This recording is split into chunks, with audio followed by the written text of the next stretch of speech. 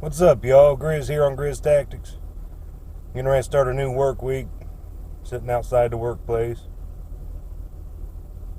staring at it, thinking how much I don't want to go in. And here I was thinking, like I've thought many times before, what if something happens while I'm here? My family's at home. I'm only 17 miles away from home. But if I wasn't able to drive, 17 miles would take quite a while on foot. And depending on the situation, some trips may contain more obstacles than others. So like always, I carry my bag with me. My get home bag, bug out bag, whatever you want to call it. But it's got enough in it to last me 3 days. And that's water. I've got a water filtration system also, just in case I run out of water. I've got calories in there. I've got extra clothes in there for warmth. I've got fire kits if I'm able to start a fire. That's depending on the situation. You may not want to start a fire if you got people looking for you or watching for you, or you're trying to fly under the radar. Through the week, I take different routes to work, kind of scoping out different obstacles I may have to go over, looking at buildings, wood lines, fences I may have to climb. And fortunately, I'm in a rural area, so there won't be any cities I have to pass through. But taking these different routes every day, I'm exploring my options of how I'm going to get home, where I might stop, places I may be able to get water on the way. Communication, at what point am I going to be able to have communication with my family with the communication setup we have, because I have to be within, I think, 10 miles of them. I also have a plan set up with them on what they're going to do until I get there, depending on the situation. If there's trouble to where there may be people trying to come into the home, I'm going to need them to hide out, go up and away from everybody, and try to stay quiet. Of course, my family knows how to defend themselves. They've got long guns in the house, and my wife's got her sidearm. But you don't want your family fighting any battles they don't have to fight when you're not there. I also want them to know the difference between being able to stay in and having to get out. What circumstances would have to push them to get out.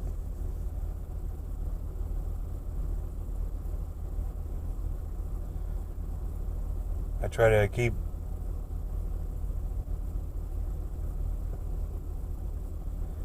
up to date with them about radio channels we're going to be on, what times I'm going to try to check in. If they have to leave, make sure they leave me a sign so I can tell from a distance they're not there. Of course, if they're able to use their vehicle, the vehicle is not going to be in the driveway. But if they're not, I need to be able to tell from a distance that they left on foot. And they know where to go. I know where they're going. And I will follow that path until I catch up to them. The way things are going now, it's hard telling what's going to happen. I try not to let it overcome me. I try not to be all doom and gloom.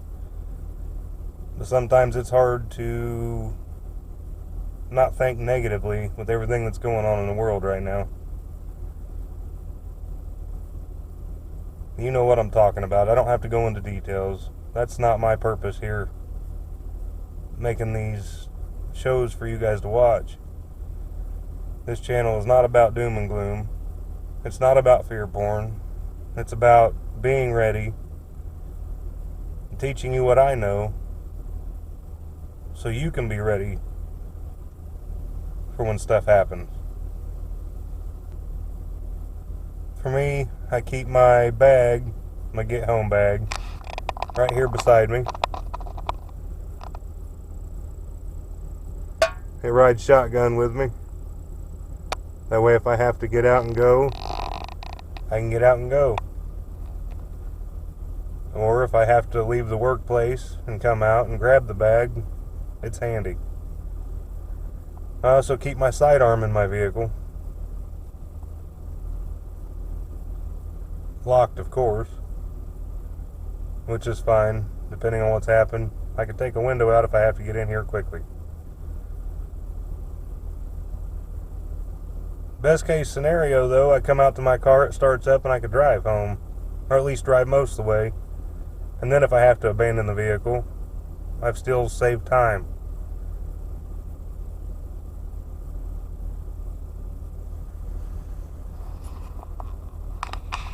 But you should always stay ready. When you're not home, you should be prepared to get home and have the supplies you need to get there as quickly as possible, as safely as possible, because you're not going to be any good to your family if you don't get there in one piece. It don't do you any good to sit and worry about what might happen, but it's always good to sit and think, what am I going to do if this happens? What is my family going to do if this happens? What if I'm not home? What if they're there alone?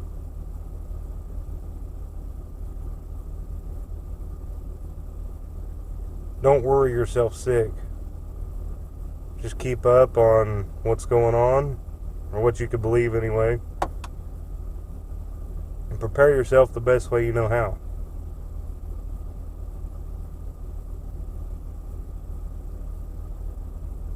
For me, usually when I'm not home, I'm at work. So when I built my bag, it was to get me home from work. But I can make it 3-4 times further away on what I've got in my bag than where I am when I'm at work. And also, if you have the option and you have to go on foot, it's better off not to do it by yourself.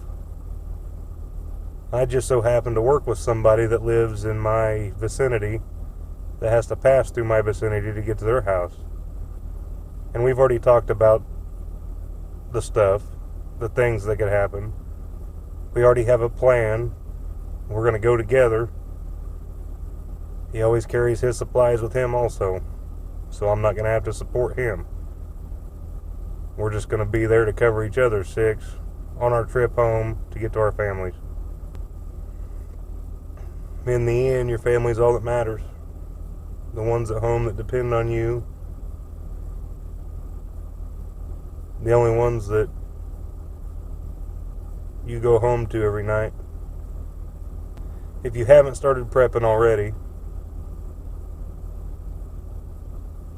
if you haven't started preparing for SHTF or an economic downturn or an all-out war, whatever the case may be, it's never too late to start. Yeah, if you would have started earlier, you may be further along, may be able to go longer, but now is still an option. Right now, you can still go to the store and pick up food, pick up supplies you might need, keep your gas tank full, put some plans together. What are you going to do? Where are you going to be? If you can't stay home, where are you going to go? What sign is your family going to leave for you so you don't have to go into the house if they're already gone? Some things to think about. That's all I got for now. And God bless you all. Goodbye.